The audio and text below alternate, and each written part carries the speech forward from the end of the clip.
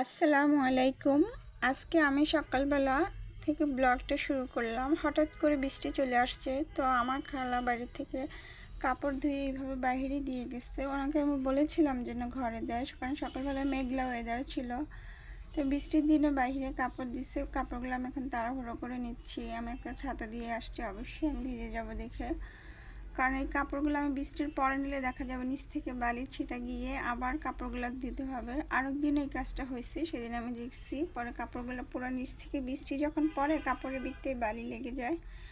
তো বৃষ্টির দিন বাইরের পাতাগুলো দেখতে, কচু পাতা বিশেষ করে যখন পানি পড়ে তখন সবগুলা প্রকৃতি অন্যরকম হয়ে যায়, পাতাগুলো সব ধুয়ে যায়। তো এখন আমার বাসার সব কাজ শেষ হয়ে গেছে। তো আমি এখানে তাল, সেদিন নিশ্চয়ই আমার ব্লগ যে দেখেছেন আমি 4টা তাল কিনেছি, তো এখানে একটা তাল নষ্ট হয়েছে। আমি মামার থেকে তালগুলো বিশ্বাস করে এনেছিলাম, মামা নিজের হাতে দিচ্ছে। তো একটা তাল যেহেতু নষ্ট, কিছু করার নাই, ফেলে দিলাম। তা আমি তাল কিভাবে নিতে হয়, কিভাবে ছিলতে হয় পুরো প্রসেসিংটা দেখাবো, এবং এই তাল দিয়ে আমি একটা কলার সুন্দর পিঠা তৈরি করে দেখাবো। আমার রেসিপিটা পুরোপুরি দেখলে, আমার মতন করে বানালে পিঠাটা খুবই সুস্বাদু হয় খেতে। তো আমি পুরো রেসিপিটা আপনাদের সাথে আজকে চেষ্টা করব দেখানোর জন্য। তালটা আমি একটু বাড়িয়ে নিচ্ছি, বাড়িয়ে নিলে হয় দেখা যায় যে তালটা ছিলতে খুবই সুবিধা হয়। তো আমি এইভাবে ঝটপট তালগুলো সব নিয়ে নিচ্ছি। তো এখন আমি কিছুটা তাল রেখে দিব ফ্রোজেন করার জন্য। এই তালটা অবশ্যই আপনি 2 মাস, 1 বছর, 6 মাস রেখে খেতে পারবেন। যখন বের করবেন সেম এরকমই থাকবে, কারণ সিজন চলে গেলে তখন তার তাল পাওয়া যাবে না, তখন আপনার মন চাবে খেতে, তখন এটা বের করে খেতে পারবেন। তালের কিছুই ফেলা যায় না। আমি এই যে তালের আটিগুলো রেখে দিয়েছি, এটা আমি 15 দিন 1 মাস রাখলে ভিতরে এক ধরনের ফোসকা হয়, তো সেটা অবশ্যই আপনাদের সাথে আবার শেয়ার করব। আমি তাল কিছুটা লিকুইড করে রেখেছি, ওটা দিয়ে পায়েস বানাবো। রেসিপিটা একদিন অবশ্যই আপনাদের সাথে শেয়ার করব।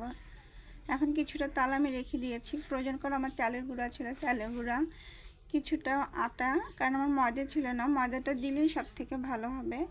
আমি কিছু গরু দুধ এবং চিনি পরিমাণ মতন, একটু সামান্য বেকিং সোডা দিয়ে দিচ্ছি। বেকিং সোডা বা বেকিং পাউডার যে কোনো একটা দিলেই হবে।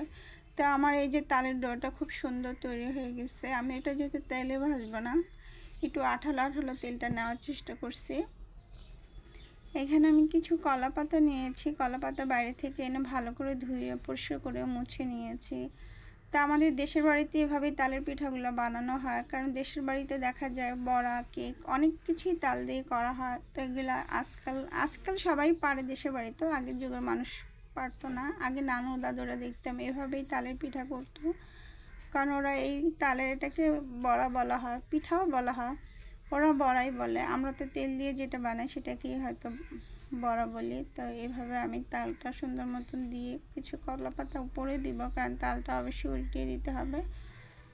এখন আমি তালটা চুলায় এরকম লো হিটে দিতে হবে, মিনিমাম 1 থেকে 2 ঘন্টা রাখতে হবে, যেহেতু তালটা বেশি আমি একটু করে ফেলছি, তো একটু লং টাইমই লাগবে।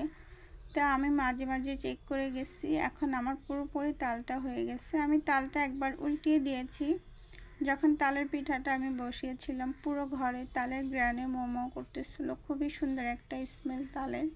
তা আমি একটু চেপে দেখতেছিলাম তার পিঠাটার ভিতরে হয়েছে নাকি। পুরোপুরি পিঠাটা হয়ে গেছে। তো এখন আমি গরম থাকা অবস্থায় নামিয়ে ফেলবো। তো তালটার উপর দিয়ে একটু পোড়া পোড়া ভাব দেখতেছেন, এটা অবশ্যই এইভাবে পোড়া পোড়াই হবে। তো অবশ্যই আমার মতন রেসিপি দেখে, আমার রেসিপিটা দেখে বিশেষ করে এভাবে তালের পিঠা বানালে দেখবেন অবশ্যই ভালো লাগবে। একবার হলো অন্তত বানিয়ে দেখবেন। এখন তালের পিঠাটা আমার পুরোপুরি রেডি। আমি এখন 1 পিস কেটে খাবো, কারণ এরকম পিঠা দেখলে না খেয়ে থাকা যায় না।